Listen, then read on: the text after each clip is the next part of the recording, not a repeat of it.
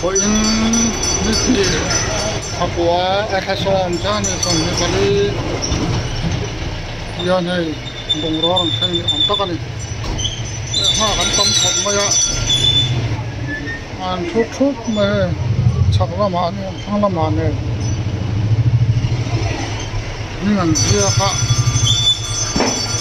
alun ma satur ni am takani an ma zong kan zia ka ti khan an chu fridge internet fridge le du kha an lo tam kha chuan ama khan le ma sak thai tu rang khan mi an ziak nam ta ne an du zong khan ziak ta ti khan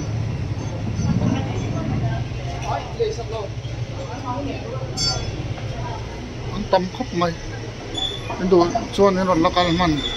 tuna dar so man hong do na tuna ko la chan de nya in lo da thleng man nya